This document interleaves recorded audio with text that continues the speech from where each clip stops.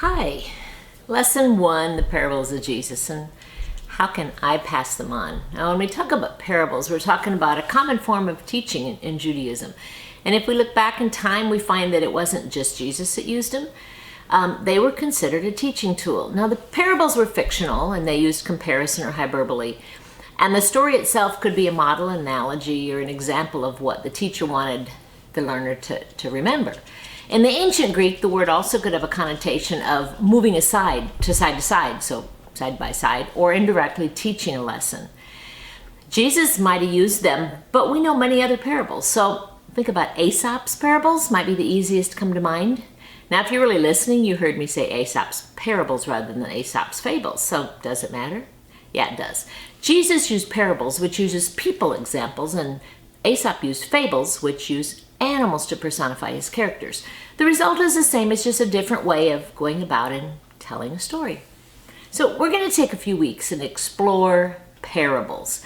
More than probably simply exploring them, how can we use them to pass on or teach a lesson to someone that I'm discipling or someone that needs to hear the lesson? So how do I take this parable and how do I understand the truth that Jesus was implying or flat out saying, and make a difference to my life and then lead others to a better Bible understanding? Well, the Greek term parable appears about 45 times, and Matthew, Mark, and Luke cover them very well. John chooses to take a whole different approach to explaining who Jesus was and what he taught. So Matthew contains about 23, Mark 8, and there's 2 new ones, and then Luke has about 24. So the parables can be separated into 3 groups: the similitude, parable, and illustration. So some have termed them to be the open secrets of the kingdom of heaven, or an earthly story with a heavenly message. Why did Jesus talk this way? Well, to make known what otherwise would be unknowable. So a similitude is comparing things that are dissimilar. Parable is a simple story to illustrate a moral or a spiritual lesson. And exemplary tales compares those that are real or that are really imagined and they're similar to each other.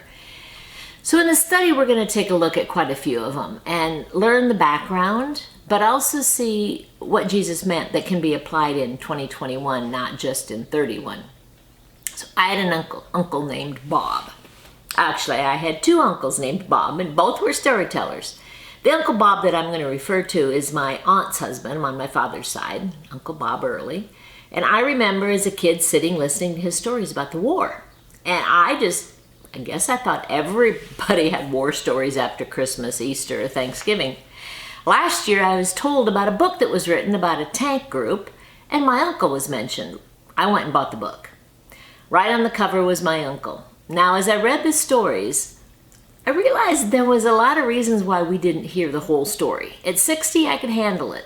At 6, probably not so much. We sit at rapt attention when a gifted storyteller takes the stage. Some preachers are good storytellers, some preachers need to learn it. About 1/3 of Jesus' teachings are in parable form, and that's a large portion of the things Jesus wanted to say. So why? The disciples had the same question, and they asked Jesus in Matthew 13. So the disciples came to him and asked, "Why do you speak to people in parables?" Jesus replied, "Because the knowledge of the secrets of the kingdom of heaven have been given to you, but not to them. Whoever has will be given more, and they will have an abundance. Whoever does not have, even what they have will be taken away from them. This is why I speak in parables. Though seeing, they do not see. Though hearing, they do not hear or understand. In them is fulfilled the prophecy of Isaiah. You will be ever hearing, but never understanding. You will be ever seeing, but never perceiving. For this people's hearts have become calloused, and they hardly hear with their ears, and they have closed their eyes. Otherwise they might see with their eyes, hear with their ears, understand with their heart, and turn, and I will heal them. But blessed are your eyes because they see, and your ears because they hear. For truly I tell you, many prophets and righteous people long to see what you see, but did not see it, and to hear what you hear, but did not hear it." So what are the goals of using parables to gain a deeper understanding of an issue? One is to reveal the truth. Another could be to conceal the truth from those who really don't want to understand. Perhaps it's to remember a story that used to get in our heads and we don't want to forget the truth, and then it brings judgment or consequence on what the evil does to that heart. And sometimes we get caught up in the details and we miss the point of the story, especially with the parables. Now remember a few things as we're going to walk through the parables. First of all, a parable might not be factually true. Don't get worked up over the fact, did it ever happen? Let your heart be taken by the story and don't overanalyze. Now, stories are about what happens in life, and it may or may not be a story from human life or from natural life. But people can relate to the sower went to sow.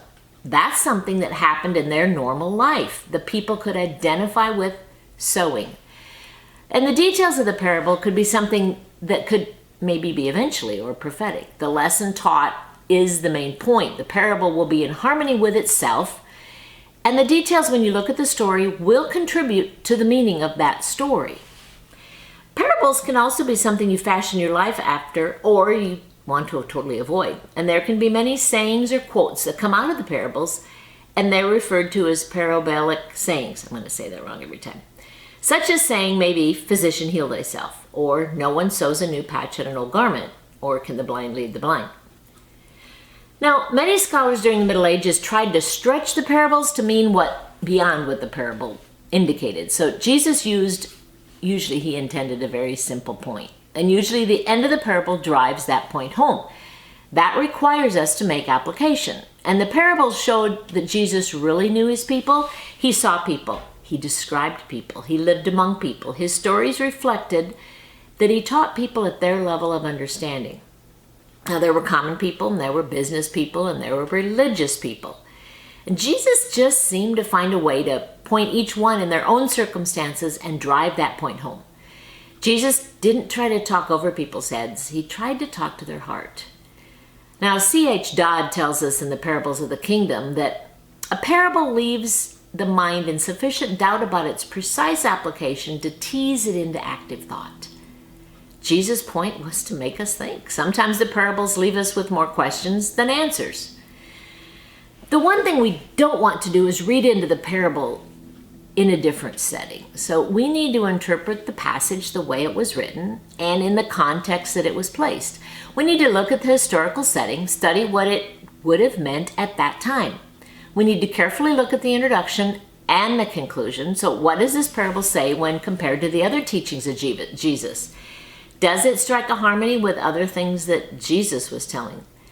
Probably the biggest thing is to keep in mind is to translate it from the pages of the Bible to the pages of your life. So as we step into the study of parables, remember that word pictures stay in our minds a long time. And that's the parable's goal, is to get in your mind, work it through in your thoughts, and end up by changing your heart. Now, much of the Old Testament was written using allegories and similitudes. Allegories have hidden meanings, biblical narratives as like a second level of reference beyond the people, things, and events explicitly mentioned in the text. So similitudes are going to compare things. And Jesus introduced in the New Testament the parables. The leaders and the people had hardened their heart against Jesus and his message because of their bitterness and their prejudice and their ignorance. So as the leaders' intensity began to oppose Jesus more and more, his message changed, and so did the judgment and the parables. So when we step into the parables, I want you to read the parables and let your mind go back to where Jesus was standing and how he was telling the story. Now, a really good storyteller weaves a picture in your mind and you get lost in imagination. Then the story takes over your heart and you grasp to find its meaning or grapple with its meaning. Some days it seems to take both grasping and grappling to come to terms with really what was Jesus saying? What did he have in mind? Ooh, is it something that I can identify with? What was Jesus getting at? So parables, as we think about them and talk about them, let's look at the questions that we're going to use to apply the parables to our life. Questions get answers, but questions also make us think. So now a short parable does not mean lack of application. Luke 15 tells us about the lost coin. And I think most of you can relate to us. If you're anything like me, you lose things on a daily basis. So let's read the parable. It's a short one. Luke 15, the parable of the lost coin. Or suppose a woman has 10 silver coins and loses one. Doesn't she light a lamp and sweep the house and search carefully until she finds it? And when she finds it, she calls her friends and neighbors together and says, "Rejoice with me, I have found my lost coin." In the same way, I tell you, there is rejoicing in the presence of the angels of God over one sinner who repents. Okay, now to begin with, the or is connotating, it's connecting another parable. So the or is the connector. It's the parable of the lost sheep. And this is in the middle of three comparison parables that Jesus talked about. So the question we're going to ask ourselves is, three of them. Who am I in the parable? What is the elephant in the living room we can't walk around, or the main topic? And what am I accountable for changing in my life because of the parable? So let's break it down. The woman lost one of her silver coins. Because of that loss, she's prompted to go on a search and rescue mission. Now, there are actions with searching for things. The product of her searching results in finding what was lost. She doesn't stop at that, however. She gets a hold of people she has a relationship with, her friends, and then those who just happen to be in the proximity, so neighbors. And she shares her good news with them in a very excited manner. Now, the main ingredient of the parable is the woman, and then you have the 10 coins, and then you have friends and you have neighbors. So the action that we find in the parable is what the woman does. She lights a lamp. She sweeps her house. She cleans her house. She searches for the coin. She finds it. She calls her friends and neighbors and asks them to rejoice with her. So who are we? Are we the woman, the coin, or the ones she shares that information with? Now, I know I have been at different times all three. There have been times I've been lost, and there's a lot of times I lose things, and I slightly panic. I go on a let's clean the house and tear this place apart. Now, the value of lost coins, or one silver coin, was much bigger to her than anything I've probably lost. I still haven't found my 2 SD cards that went AWOL a month ago, and I've cleaned everywhere. Well, obviously not everywhere, but my friends haven't gotten a phone call from me rejoicing because I found them. Commentaries are torn between the silver coin being one of the family's savings account, or perhaps could have been part of her dowry, which she'd have worn as an ornament. Either way, it's a huge deal. It's great value, and it's a sense of deep loss. The coin, could represent lots of things in our day. The things we value, or the people we value, the opportunities that are precious to us, or anticipatory moments, like vacation, like weddings, like things that are exciting. We hold things in high regard. Therefore, when we lose those things, or when they become lost to us at the moment, we panic. So let's look at the coin as people. Think about when you find something you've lost under the couch, behind the bookshelf. Now, I haven't taken the bookshelves apart looking for my SD card, but I have picked up all the rugs and gone through everything. So think about being lost. Now let's turn that to being an SD card, to being a person. What does it feel like as a person to be lost? To be forgotten and lonely, perhaps isolated and withdrawn? Remember that feeling? We've all been there. Now compare that to being found. Someone stopped over. Someone stopped with food. Someone sent a card. Someone gave you time to cry and talk it out. That's the lost coin. Lost coins have feelings. And when we switch it to people's hearts, as Jesus did toward the end of the parable, it changes from just a coin to someone who's hurting, lost, and feels the world doesn't even notice them. Then we have the neighbors and friends. Now, if you're honest, there are times when the phone rings and you see who's calling and you inwardly groan and wonder if you should even answer it. The party on the other side of the line is going to go on and on and on about something. And they're excited, they're thrilled, they're ecstatic, and you are not. They have found something and they want to tell you about it, and it's not going to take 3 minutes. Are you happy with them? Are you rejoicing with their rejoicing? Sometimes we don't do that very well. We listen and say the proper words, but are we really as happy inside as we pretend to be on the outside? So then Jesus goes on to give the punchline. That joy, that excitement, that calling everyone, telling them is like when one person believes in Jesus and accepts his gift of salvation, all of heaven has a party. Okay, now the second question is the elephant in the living room that I don't think we can walk around. Is the high value God places on people and relationships. He wants people who have lost their way to find him. That's the cause for great rejoicing. Now, we tend to place value on the coin she found. We value things. God places values on relationship and people. Now, the woman had 9 other coins. Shouldn't she have been happy with what she had? After all, she had 9. God wants us to see that one person is worth a lot of cleaning, searching, and looking for because he cares about people.